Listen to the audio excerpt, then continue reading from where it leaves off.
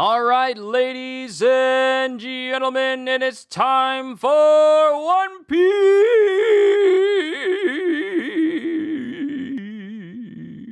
Sorry, that was horrible. Let me try that again. All right, ladies and gentlemen, it's time for more One Piece. Let's get started, shall we? I see Cohagen and Hybrid.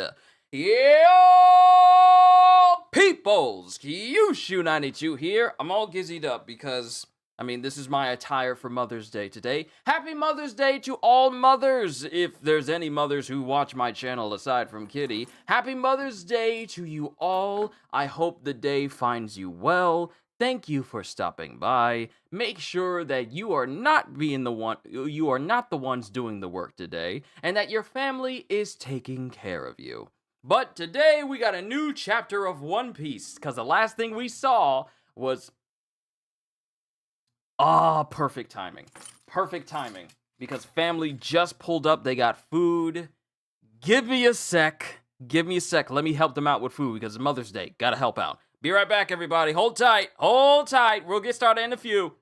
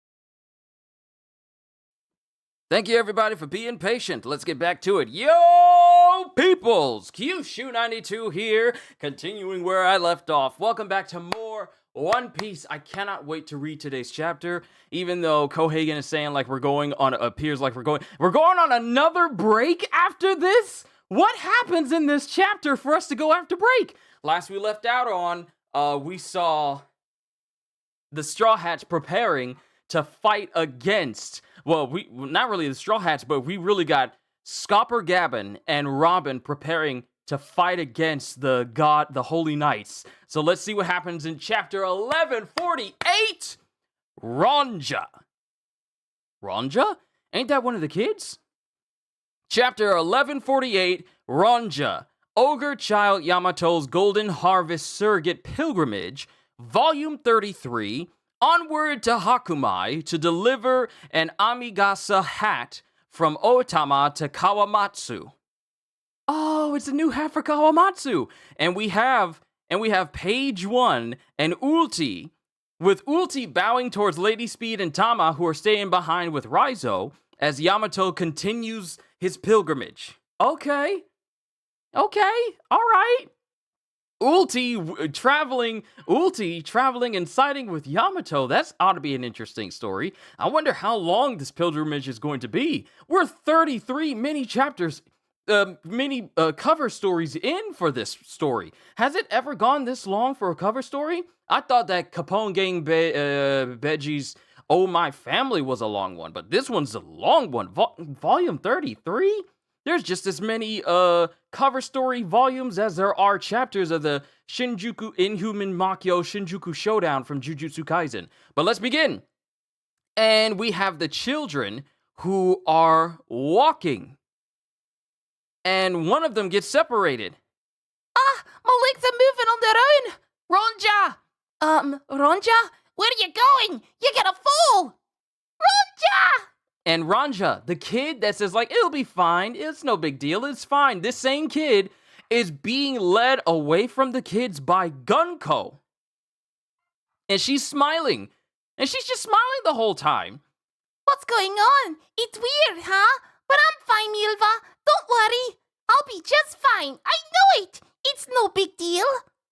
No big. And it shows Gunko has led Ronja straight towards the edge of, just straight off the side of the branch, standing on this arrow, as if she intends to drop this child from the sky. Ronja! And that same happy look she had on her face is now gone because Gunko is essentially threatening her. And she's getting scared. Come back, Ronja! It's the underworld down there! The first one is all set up to plummet. Oh wait, this is Gunko going, the first one is all set up to plummet, Somers. Good. Patch it in so that all of Elbaf can hear the little twerp's voice. I hate Somers. I hate Somers. I hate Somers. I hate Somers. Patch it in so that the Giants can hear this child scream as she falls to her death. They all need to die. Now, if we don't hear your decision within 30 seconds, the first one of your kids gets pushed off. Beard here, Beard Hill Jarl. You need to give the orders to your school teacher. Tell her to light the school and library on fire. And Beard Hill, Chief Jarl is kind of silent. It's so cruel! Chief Jarl, the library holds the words of people across thousands of years of history. What do you mean? Obviously, lives come first. The conditions ain't the real issue. This is a massive turning point for Elbaf. Will we bend the knee to them or not? You want to let our children die just to prove a point? Isn't there anyone else around there? You have to stop this preposterous game. And then Robin goes, you stay here, Chopper. What? We shouldn't fight without knowing for certain what their powers... Oh, wait, this is Chopper going. We shouldn't fight without knowing for certain what their powers can do. But what are you gonna... I can't hold back the emotions that are running through me. And then we have Nami going, because she's tied up right behind Somers, who's on top of his thorn dragon. His thorn snake? Yeah. You're going to kill children? Are you literally insane? Even the worst, most vicious criminals across the world don't take children hostage. Did I ask for the opinions of insects? Why, you? Oh! And Nami's getting upset. Then we cut to Ripley with Frankie. I'll go too, Frankie. Thanks, you'll be a big help. And then we have Dory and Brocky going, we'll join the fight as well. Split into 2 groups. One to fight the monsters, and one to save the children. And then we have other giants getting all riled up. Take up your weapons. Hurry him to branch route 8. Get in your ships. To branch 8. To branch 8! Also, if you do choose to burn the school and library, you are forbidden from removing a single book from them. You see, what we want to burn down is your culture and your history. And then we get, woo! Woo! Oh! We get Robin, who is already out from Saul. Cien fleur. Craspedia! And she creates like this, it's not even gigantesco mano, it's just essentially this giant elongated arm that comes out of nowhere and just, woo, Robin, woo, you know I'm serious when I got the dress shoes on, look at the dress shoes, Robin, coming in with Cien fleur Craspedia, and just slaps Summers directly in the face. Robin! And then Summers lands with a solid thud. Oh, Robin's all right. And wait, this is Nami and the company. Robin! Oh, Robin's all right. And then we get Jinbei. Be careful. We still don't know what makes them tick. Yes, I'm aware of that. And then it cuts to Chopper, who's kind of sneaking through the hair of Saul, but he's being quiet. Quattro mano! I know you. You're Nico Clutch! And she proceeds to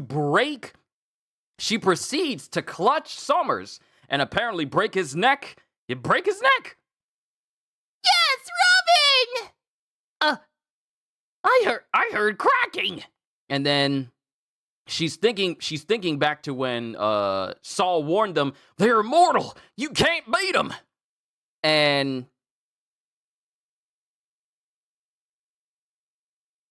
she's thinking as Summers continues getting up and also pushing his head back into place. Can you hear me, Elbaf? You've got 20 seconds until the kid falls. Darn it, he's a zombie too! Huh? And then all of a sudden, it shows that Robin has latched onto Summers and has essentially covered him in arms so that he can't move. Hey, what is this all about? Are you in love with me or some... Huh? As Robin holds on to Summers, and she causes the both of them to fall off of the branch. What? You jumped off? You got a death wish? I'm down for love, but not a lover's leap. And then we get Usopp going, Robin, what are you doing? Is she going down with him? And then Robin goes, I'm well aware that you're immortal and have thorn-based powers. But as long as I remove those invisible thorns, we can save the children. Oh, yeah? So you deduce that knocking me down below will put the kids outside the range of my powers. You're a clever woman! And then he causes thorns to erupt from his body, which also kind of skewers Robin in certain places because she screams out in pain. Ah! Oh. And it showed the spikes going through her, and it shows Summers smiling until we see that this is nothing but a flower clone, and Summers is just falling by No! Oh my goodness, Robin! Robin! If this woman ever learns hockey in conjunction with her own power, she's going to be busted. Huh? Ah, she disappeared! That conniving vixen set me up! Then we get Robin, who's currently trying to undo the bindings of Gunko that's around the rest of the Straw Hats. Now, one thing to note here is that out of all the Straw Hats who are bound up, Brooke is the only one who is bound up to only his eye sockets. He is completely covered by Gunko, so she was apparently thoroughly upset that he didn't accept her invitation. Robin, that was so cool. You were amazing. Even the knife can't cut through this. So, we can't undo these without deactivating that woman's powers? 10 seconds left. And that's when it shows that Somers isn't gone. His voice.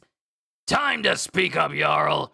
Make sure he hears the kid's voice, Gunko. Because apparently Somers has used a long vine to attach to the branch so that he doesn't fall outside of range.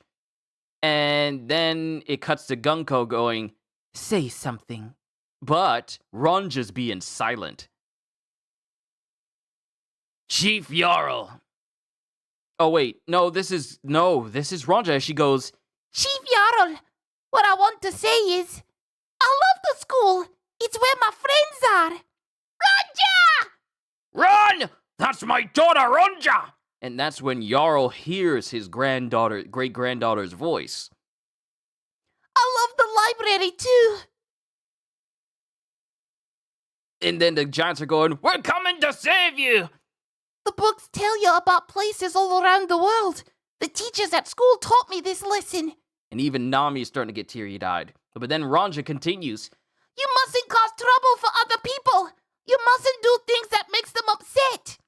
If we lose the school and library, in order to stop me from falling off the branch, that would be really sad and make everyone upset. And even, wow, such a mature thought, a mature way of thinking for a child. And Anji, she's even crying. So I think I should fall instead. Don't worry, Chief Jarl. I'll be alright. I'm a lucky girl. I bet everything will turn out fine. And while she's saying this smiling, but she's also got tears in her eyes. 2. And then Somers is smiling as he's counting like 2, 1. And then Jarl goes, Anji, set fire to the school. Chief Jarl! Burn down the library. And then it shows Biblo inside. It shows Biblo inside of the library. And then Anji is going, Yes, sir. and it cuts to Saul, who looks like he's teary-eyed as well. And Robin gets teary-eyed as well. I like that look on you, Nico Robin. And because Robin has been bound up by vines by Somers, and Somers is preparing to smack her with his big old spiky club. No, don't you dare! Run, Robin! Do something! And she's being punctured and poked by these vines. Then we get someone who runs up and jumps, and all of a sudden, Somers' hand gets cut through completely. Ah! Huh? What? It's not coming back. It's been a while, eh? Scupper Gabbin! And then all of a sudden, Scopper slices through Somers. And it shows that Scott Gabbin doesn't have that jovial look on his face. He looks ultra serious. And it looks like he may have used some hockey, maybe even conquerors, to cut through Somers. And that's the end of the chapter. Scopper Gabbin is here. And he cut through Somers. And Somers' hand isn't growing back. Don't tell me that the counter to immortality bestowed on the Holy Knights and the Gorosei can be countered by Conqueror's Haki. If that is the case, Kaido was right. Only Haki can transcend all, even immortality? And that's the end of the chapter. Stop it. Stop. Also, Ozzy, thank you for being a member. Hold on. Let me make sure that I get you. Sorry. Hold on. It was doing an echo because I listened to it. Okay, there we go. Thank you, Ozzy, for being a member for 35 months. I'm waiting for the applause. There it is! Thank you, Ozzy, for 35 months of being a member of a legendary peoples. Greetings, fellow peoples. P.S. The Holy Knights are scum. Yes, they are. Hey, this is my first time commenting on live, but I have been wanting to mention that Loki is the giant prince that Lola was supposed to marry and rejected, which is why Big Mom never became Pirate King. Yes, we know. We were there when Big Mom... We reacted to those chapters years ago when it was told... we know. Because it was brought up. It was already... We know. We know Njoli Mackenzie. Ooh, that's a cool name. But yeah, we kind of know that already. Anyone who is tuning into these chapters is already mostly privy to that knowledge way back when. We heard about it when Lola was speaking in Thriller Bark, and then we heard even more about it when Big Mom tried to explain it, but things didn't pan out well because Lola was not interested in Loki at all. But yeah, we know. But let me see what you guys have said so far. Julian, it's good to see you. We hate Salmers. Robin, my goddess. I know. Ozzy, good to see you. Ogata, everyone. It's good to see everybody. Hard to believe Loki got turned down by Lola. I mean, the dude is several hundred meters tall, though. He's bigger than your average giant. Literally, Lola might as well be like a Polly Pocket toy in his hand. So I don't know how that relationship would work. Then that means Luffy must use weapons like in Nika's depiction. Hold on, let me see what you guys are saying. And it was at that moment that Somers realized he messed up. Gabin is about to wreck shop. Yo, he is. We just witnessed an immortal have their limbs sliced off and it not grow back. And then Gabin just slices Somers straight up the chest. And if he did the exact same thing he did to his arm, that's not healing. That's not healing. Brought up by Chiffon to be exact. Thank you for the correction. But yeah. Love hearing your voiceovers. Well, thank you, Njoli. I'm glad that you do. I feel like that sets me apart from a lot of different reactors who do these readings for One Piece, so I'm glad that you enjoy them. Let me get my phone real quick so we can go over the summary, because this whole chapter begins with Somers threatening to drop Ronja, the great-granddaughter of Chief Jarl. And, of course, we get Jarl screaming, burn down the school and burn down the library, and Anji says, yes, sir. I mean, like, there's still stuff that needs to be There's still stuff that needs to be done. It's not like you can flip a switch and then just set the school on fire. I highly doubt any school has a instant set the school on fire button or switch nearby. So that would take some time. But due to the fact that Somers, not only did he get slapped and bodied by Robin, but he also got sliced by Gabin, who appears to have nullified his regeneration. Haki is the greatest power in all of One Piece, okay? 1, we learn about Haki. We learned that it can be used to sense people all around. And let me just go on a tirade here. Let me just go on an expunging tirade about how important Haki is.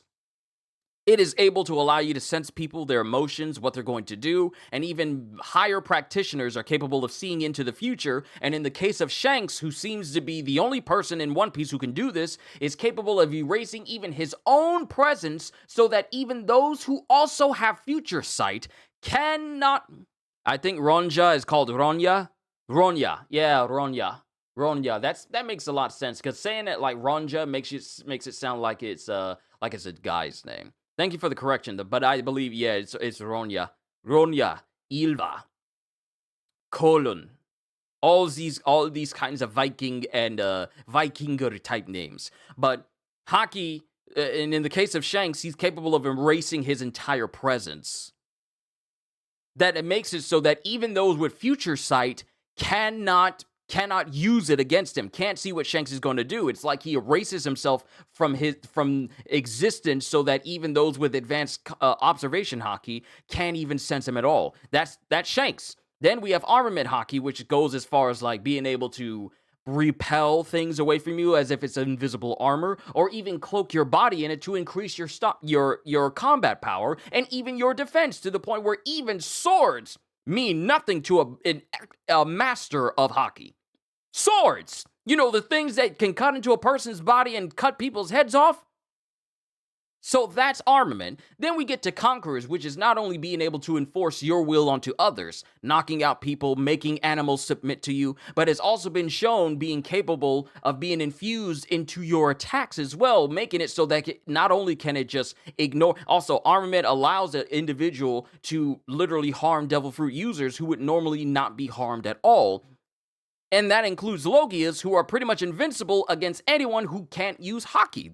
Their bodies are literally just elements. So, fast forward to Conquerors, where it's been shown that people who have extraordinarily high levels of Conqueror's Haki are capable of infusing their attacks to the point where they don't even need to touch their opponent physically in order for them to be injured. And they can also be infused into weapons, such as the case of Roger's Ace and Whitebeard's Murakumo Giri, and basically any sword from any user of Conqueror's Haki. We've seen it with Shanks' Griffin. We've seen it with Big Mom, and she infuses her fist with Conqueror's Haki, and she's capable of bodying anybody. Conqueror's Haki is incredibly powerful. The greatest display of Conqueror's Haki that we've seen was just a piece of rope that was inside Emmett the Robot back on Egghead, that was infused with Joy Boy's Conquerors, that was so potent that even after 100 years, even after all those years, all those years since he died, and that rope was infused with his Haki, it was so potent it knocked out everyone, including Vice Admirals who are normally resistant and immune to Conqueror's Haki being used on them. It knocked out everyone. It caused the Gorosei, who are supremely powerful individuals, to be knocked out of their forms, and those who teleported into Egghead to be sent flying and teleported forcibly back to Marijois. Now, we have another example of possible Conqueror's Haki infusion that appears to be capable of nullifying the once thought to be invincible individuals that have been blessed by immortality and the instantaneous regeneration that I said was one of the most broken abilities in the entire story. Now we have the first instance of an immortal person being possibly permanently injured beyond what their immortality can bring them. And Scopper Gavin, the left hand of the Pirate King himself, has given us the example that even those who are immortal can be harmed.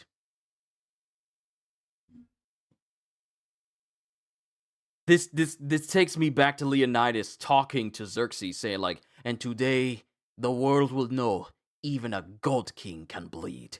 Bit my tongue. Today the world will know that even a God Knight can bleed. Because Somers had his arm chopped off and he got sliced in the chest and he was not regenning. Scopper Gavin is here to body people. He is here to mess these jokers up. Now, wow, apparently, for some odd reason, my phone was picking up everything that I was saying and decided to just quote everything I just said. So, let me pull up. You guys know I love to read the synopsis that we got. Let's see if Luffy can just use fists against immortals. Well, seeing as how his fist was capable of leaving holes in Jay Garcia back before he punched his body to pieces, before that was when Jay Garcia tried to jump onto the Great Eric. If Luffy learns how to be able to harm immortals, not even the Gorosei are safe. And if we see one person be able to use conquerors to bypass the immortality of the Holy Knights, then that means others who can use conquerors that are on the Straw Hat crew, such as Zoro, he'll be able, if he goes up against Ethan Barron, that means he'll be able to harm Ethan Barron. Kitetsu versus Kitetsu, but one isn't as immortal as he thinks he is, if Zoro learns about this. So let's go through the long summary, and it's not going to be too long, because I got my 2 snack sandwiches here I'm going to eat real quick, and then we'll move on to Sakamoto Days. Thank you for being patient with me today. Also glad that the connection is good, as always. So, one of the children, Ronya, is separated from the group as she begins to walk on an arrow leading off the branch. At first, Ronya tried not to make a big deal out of it until she sees just how long the fall will be. She stops moving as Gunko, who had moved to the children's location, reports that the first child they will kill to get the giants to fall in line is ready. Somers tells Gunko to make it so all of Elbaf can hear Ronya's voice as he adds, should the giants not make a decision within the next 30 seconds. Ronya will fall to the underworld to her death. Once again, Somers demands that Jarl order the school and library to be burned. And another thing that makes these holy knights and everything that the celestial dragons stand for just so heinous is the fact that it's not a matter of the books in the library. Well, I'll get back to the summary. It's not a matter of the books in the library having knowledge of the Void Century, the reason why they're doing this. They want to destroy everything that the giants are. Their culture and their history. Everything that makes the giants giants, they want to erase that forever. So that all the giants have is just servitude to the world government. No history, no culture, no nothing. They want them to exist only for the world government and them having no past, nothing at all. They just want them to exist to serve. So that's what makes them even worse. So going through this, Somers demands that Jarl order the school and library to be destroyed. The other giants tell Jarl he cannot destroy the school because the library contains the words of people from 1,000 years of history. However, others argue that the children's lives are more important, while others say the biggest problem is whether or not they will comply with the God's Knight's demands and become the world government's servants. A lot of giants are bringing up, do we just bend the knee and serve them now? It's like, that's a genuine question. Another nation under Luffy's flag, and happy Mother's Day to your mom. Well, thank you, Enjoli. Thank you. They want to erase Elbaf's history like Julius Caesar did to the Gauls. I never knew that about Julius Caesar. I need to look that up. But apparently, yeah, they want to erase everything that makes them who they are. Just completely and utterly. So let me get back to this. The other giants tell Jarl he cannot destroy the school because the library contains the words of people from 1,000 years of history. However, others argue that the children's lives are more important, while others say the biggest problem is whether or not they will comply with the God's Knight's demands and become the world government's servants. As they all start begging for help, Robin decides to confront Somers even though she knows she cannot do any lasting damage to him, but she finds herself unable to contain her emotions. You know you messed up when you get the usually calm Robin who never has any outbursts to feel like, yeah, I'm just done with these people. It's time for them to die. Nami is outraged that the Knights would go so far as to kill children, claiming the world's worst criminals would not stoop that low. But her words are lost on Somers' arrogant mind. Ripley, Dory, and Broggy decide to split up to both take down the MMAs and rescue the children, as Somers continues saying when they burn down the library, they are to leave the books in it too, as they want to destroy their history and culture completely. Hate them. Robin attacks Somers with Cien Fleur Craspedia, which draws blood from him as she then restrains him with 4 arms to break his back. The Straw Hats cheer at first until Somers fixes himself while telling Elbaf they have 20 seconds left. Robin then jumps onto Somers and throws the both of them off the branch, telling him that while she is aware he is immortal and has devil fruit powers, she figures if she gets him far away enough, the children will no longer be surrounded by his invisible thorns. Somers commends Robin for her clever thinking as he stabs her with his thorns only to discover it was a copy and that he had been deceived. The real Robin went to work trying to cut Gunko's arrows, but finds the knife cannot cut it, meaning they need to take Gunko down to break free. On top of that, Somers saves himself using his powers and announces there are only 10 seconds left as Gunko demands Ronya say something. Ronya tells Jarl that she loves school because it is where her friends are. And I don't know why this thing decided to get all big for her son. Let me see. Ronya tells Jarl that she loves school because it's where her friends are, and she also loves the library. And one thing she has learned from school is to not cause trouble for other people and make them upset. Therefore, if they have to burn the school and library just to keep her from falling, she would rather fall to not make everyone sad. And she tells Jarl she will be okay. I don't know what just happened. Why did you move? Why would you do that? She would rather fall to not make everyone sad, and she tells Jarl she will be okay since she is a lucky girl, even though she is crying. Still, Jarl orders Anji to burn the school and library, which she regretfully agrees to. But I feel like she's going to be stopped before anything serious can happen to it because there's just so much knowledge in there of Robin's people that she has yet to fully read. Robin is brought to tears just as Somers returns and restrains her with his powers. Just as he is about to finish her off, his right arm gets cut off, and to his surprise, it does not regenerate. The culprit turns out to be Gabin, who Somers recognizes just as Gabin deals a devastating slash across his chest with a look of pure fury on his face. So, going over the chapter notes, we have Gunko selects Ronya as the first child to be killed through jumping off the branches. Somers gives Jarl 30 seconds to burn down the Owl School and Walrus School, and Elbaf's entire history along with them. Ronya tearfully asks Jarl not to do it, as she does not want to be a burden to her friends. Ripley, Frankie, and half of the giant warrior pirates rush off to save the children, while the other half fights off the remaining MMAs, the Sleep Tids, as it says in the viz. Furious, Robin emerges and attacks Somers, breaking his spine in half with her powers. Somers regenerates thanks to his immortality and continues the countdown. In response, Robin tackles Somers off of the branch while she tries to free the remaining Straw Hat pirates. Jarl orders Anji to burn down the school. Somers uses his powers to climb back up and prepares to kill Robin, who he recognizes. Scupper Gabin appears and instantly cuts off Somers' arm, who shockingly realizes that it's not regenerating. Somers recognizes Gabin and becomes utterly terrified as a furious Gabin slashes Somers across the chest.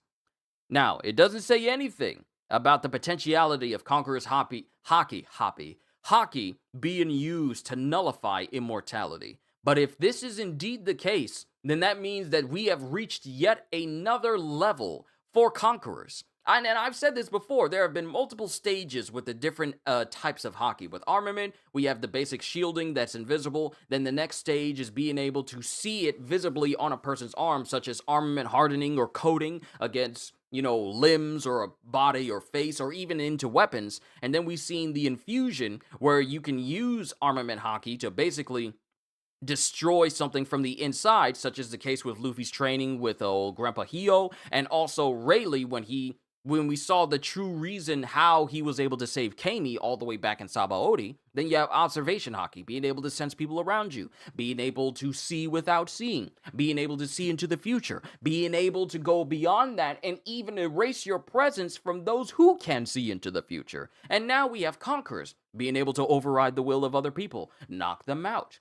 and then command creatures underneath you. And then the next stage we see is being able to infuse your weapons or even your fists in attacks with conquerors, where you don't even need to physically touch an individual. And another stage after that, which was the case of Joy Boy's conquerors, was being able to force transformation. Even then, another example was being able to project your conquerors vast distances, which was the case with Shanks, and even force people with devil fruit powers to leave whatever form they are due to just how potent the conquerors actually is, which the first example was Ryokugyu back in Wano, where a Logia, mind you, was forced out of his own form.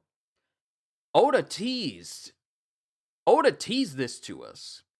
The capabilities of conquerors way back when. See, when you think about it, the elders being forced out of their transformations is not the first instance of people being forced out of their transformations due to conquerors. It was actually Ryokugyu. Oda gave us a teaser of what was going to happen to the Gorosei, but he kept it quiet. But conquerors being potent enough to force a Logia user or even a Zoan user, potentially Zoan user for the elders, it hasn't been outwardly stated and confirmed that it's an actual devil fruit power, even though they have the trappings of awakened Zoan users. But we've seen this before. Conqueror is so potent, it can force people out of their Zoan states and their Logia states, and now we have what could be yet another level to Conqueror's Haki, where it is fully capable of robbing an individual of instantaneous regeneration and nullifying immortality itself. This is where we are in One Piece.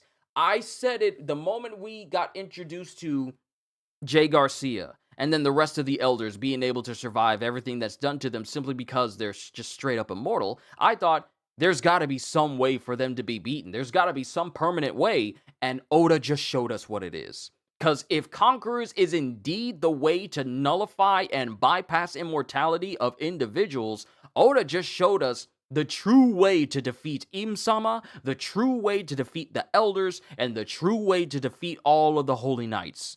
Anyone who has immortality now, Oda just showed us that that is temporary. Because if your Conquerors is strong enough, your immortality means nothing anymore. So Oda just gave us the true way to beat immortality, if this is true in fact the case. If Conquerors is the way to do it, then that means that only those with Conquerors stand a chance against any of the Holy Knights at all.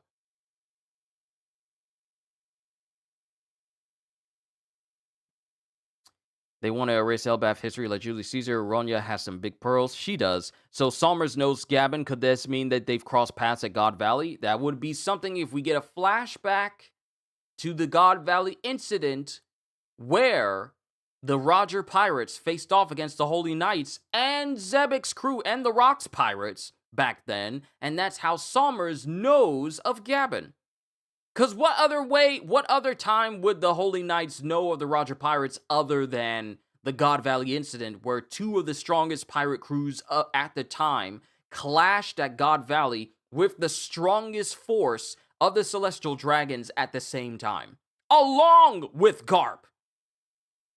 So I imagine he recognizes Gabin from the God Valley incident all those years ago. And we're going on break after this.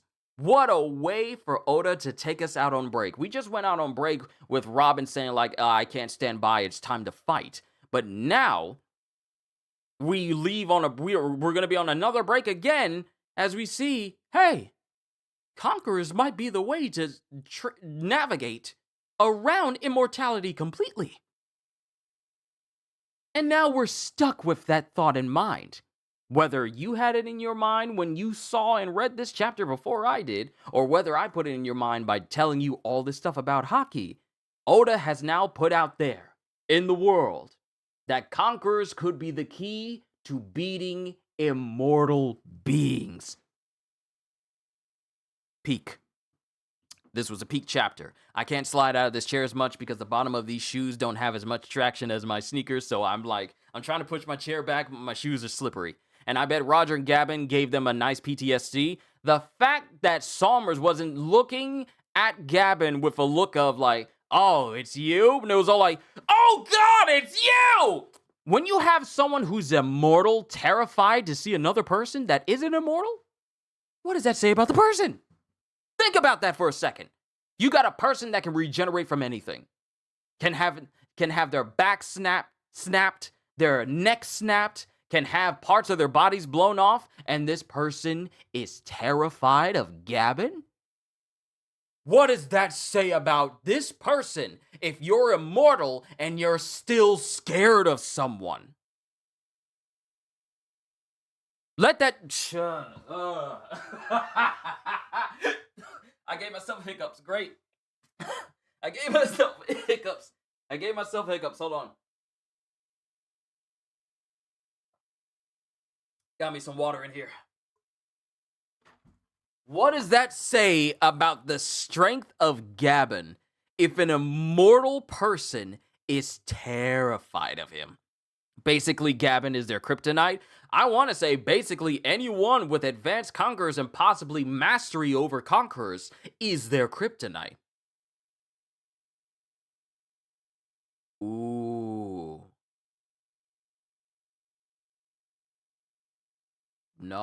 No, that's not it. Because Gavin isn't a D. I was about to say, why do you think they're so scared of members who have D in their name? Because a lot of people who have D in their name have conquerors, and maybe they fear the people with D in their name because conquerors is the only thing that is capable of harming the immortal. But that's not the case here since Scopper isn't a D. But those who have conquerors are a threat. You have immortality against anything and everyone except those whose willpower is stronger than theirs. Because let's not forget, and I know I'm going on a whole big tangent here. I still got food here that I got to eat, and then we'll move on to Sakamoto Days afterwards.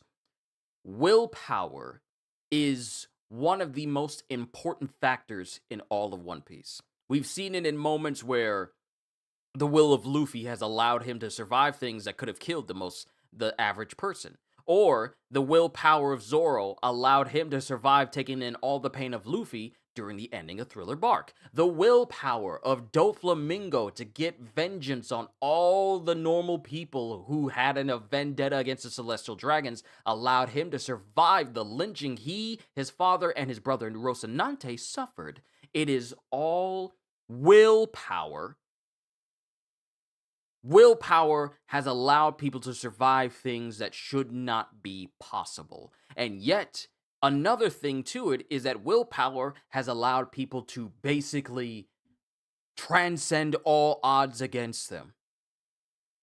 And the fact that, and willpower goes as far as Kuma.